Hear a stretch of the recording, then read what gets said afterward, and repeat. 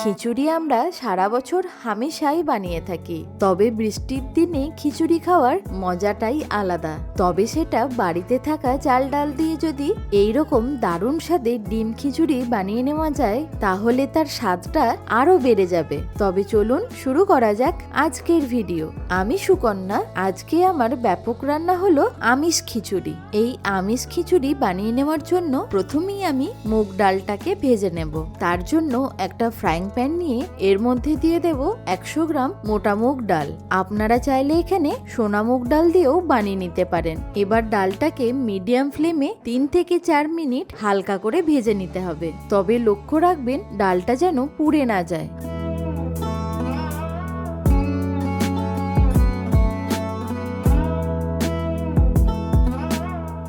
হালকা বাদামি রং করে ডালটা ভেজে নেওয়ার পর একটা বাটির মধ্যে ঢেলে রাখবো। এবার একটা বড় জায়গা নিয়ে এর মধ্যে দিয়ে দেব 250 গ্রাম সেদ্ধ চাল। আমরা বাড়িতে রেগুলার যে চালের ভাত খাই সেই চাল দিয়েই আজকে এই খিচুড়িটা বানিয়ে নিচ্ছি। এছাড়া এই খিচুড়িতে আমি আরও যে সমস্ত ডাল ব্যবহার করেছি তার মধ্যে প্রথমেই দিয়ে দিচ্ছি 100 গ্রাম মসুর ডাল। তার সাথে দিয়ে দেব 50 গ্রাম অড়হর ডাল, 50 গ্রাম ছোলার ডাল, আর আগে থেকে আমরা যে মুগ ডালটা ভেজে রেখেছিলাম সেটাও দিয়ে দেব।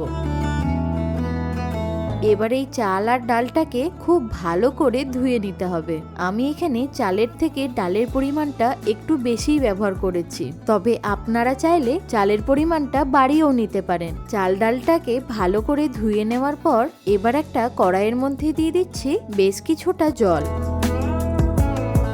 তার মধ্যে দুটো তেজপাতাকে ফাটিয়ে দিয়ে দেব। এবার দিয়ে দিতে হবে ধুয়ে রাখা চাল ডালটাকে।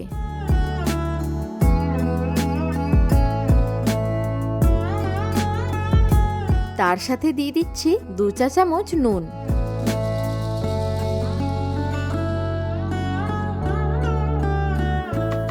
এবার ভালো করে ডাল আর চালটাকে ফুটিয়ে নিতে হবে। যখনই দেখবেন একটু ফুটতে শুরু করেছে, তার উপরের এই নোংরা ফেনাটাকে ফেলে দিতে হবে। আমি এই খিচুড়িটার মধ্যে অল্প একটু সয়াবিনও ব্যবহার করছি। এই ডিম খিচুড়ির মধ্যে যদি অল্প একটু সয়াবিন দেওয়া হয় তাহলে দেখবেন এর স্বাদটা আরো যেন বেড়ে যাবে। এই সয়াবিনগুলোকে চাল আর ডালের সাথে একসাথেই সেদ্ধ করে নেব।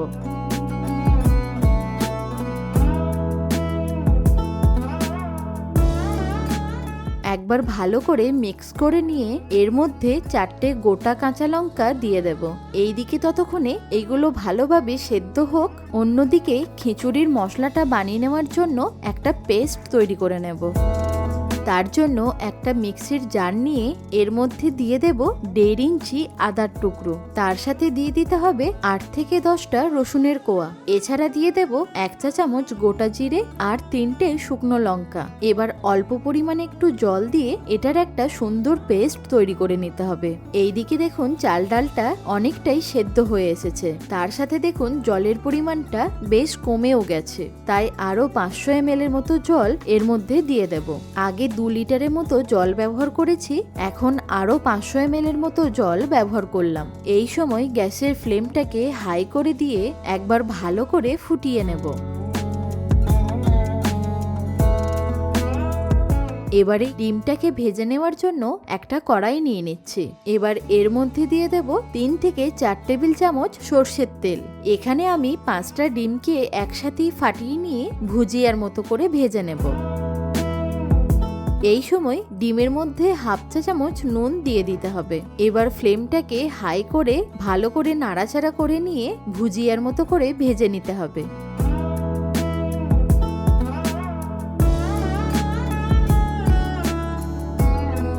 সুন্দর করে ভাজা হয়ে যাওয়ার পর ডিমগুলোকে তুলে নেব।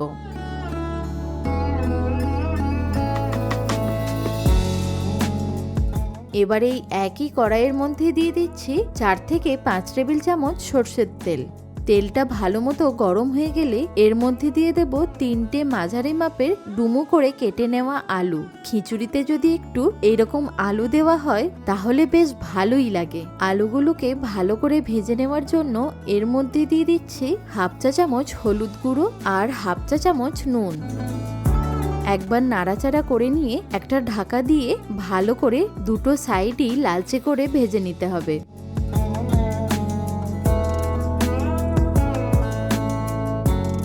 ভালোভাবে ভেজে নেওয়ার পর আলুগুলোকে এবার তুলে রাখবো।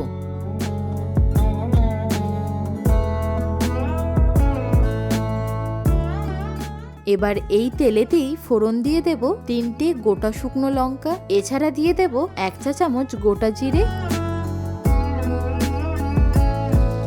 ফোড়নটা ভালোভাবে ভাজা হয়ে গেলে এর মধ্যে একটা বড় সাইজের পেঁয়াজকে এইরকম ছোট ছোট কুচি করে কেটে নিয়ে এর মধ্যে দিয়ে দেব।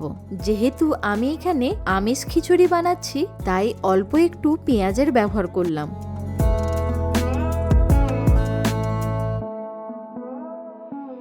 এবার পেঁয়াজটাকে এইরকম একটু লালচে করে ভেজে নেওয়ার পর এর মধ্যে আগে থেকে বেটে রাখা মশলাটাকে দিয়ে দেব। তার সাথে দিতে হবে হাফ চা চামচ হলুদ গুঁড়ো, স্বাদ মতো নুন আর 1 চা চামচ ধনে গুঁড়ো। ব্যাস, এবার মশলাটাকে ভালো করে কষাতে হবে যতক্ষণ না মশলার কাঁচা গন্ধটা চলে যাচ্ছে।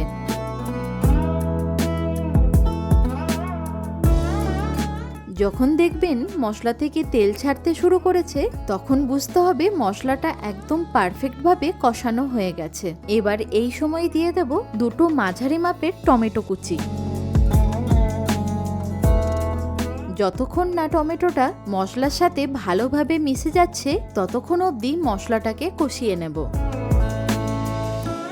2 থেকে 3 মিনিট ভালোভাবে কষিয়ে নেওয়ার পর দেখুন টমেটোগুলো একদম সুন্দরভাবে গলে গেছে। এবার খিচুড়িটাকে আরেকটু টেস্টি করার জন্য দিয়ে দিচ্ছি 1 টেবিল চামচ চিকেন মশলা। তার সাথে সামান্য একটু মিষ্টির জন্য দিয়ে দেব 1 টেবিল চামচ চিনি। এবার এই সব কিছু দেওয়ার পর আবারও একবার মশলাটাকে ভালো করে কষিয়ে নিতে হবে।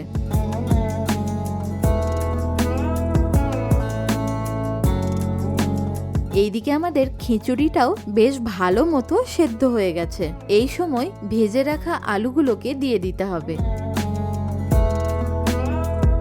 আলুগুলো দেওয়ার পর আবারও একটু সেদ্ধ করে নেব।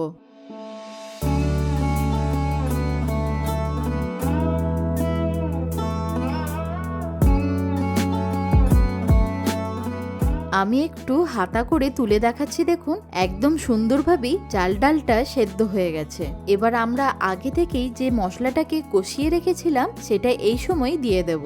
এরপর খুব ভালো করে মশলাটাকে মিশিয়ে নিতে হবে।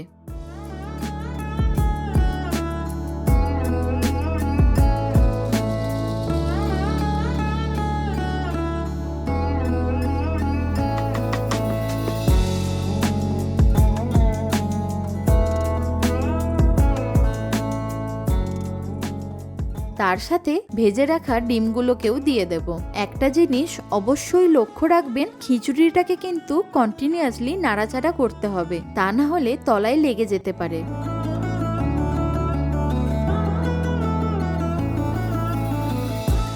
আমাদের খিচুড়ি অলমোস্ট রেডি। শুধু শেষে দিয়ে দেব 1 টেবিল চামচ ঘি, তার সাথে 4-5টা চেরা কাঁচা লঙ্কা আর 1 চা চামচ ভাজা মশলা। ব্যাস, সবকিছুকে একবার মিক্স করে নিলেই আমাদের খিচুড়ি একদম রেডি।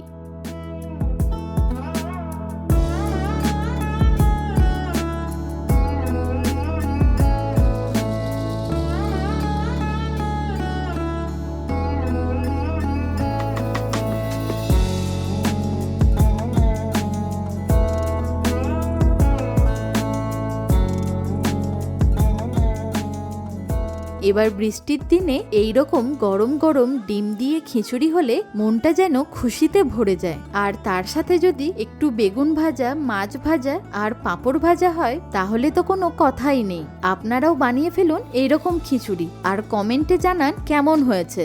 আরও নতুন নতুন রেসিপি দেখতে হলে অবশ্যই কমেন্টে জানাবেন।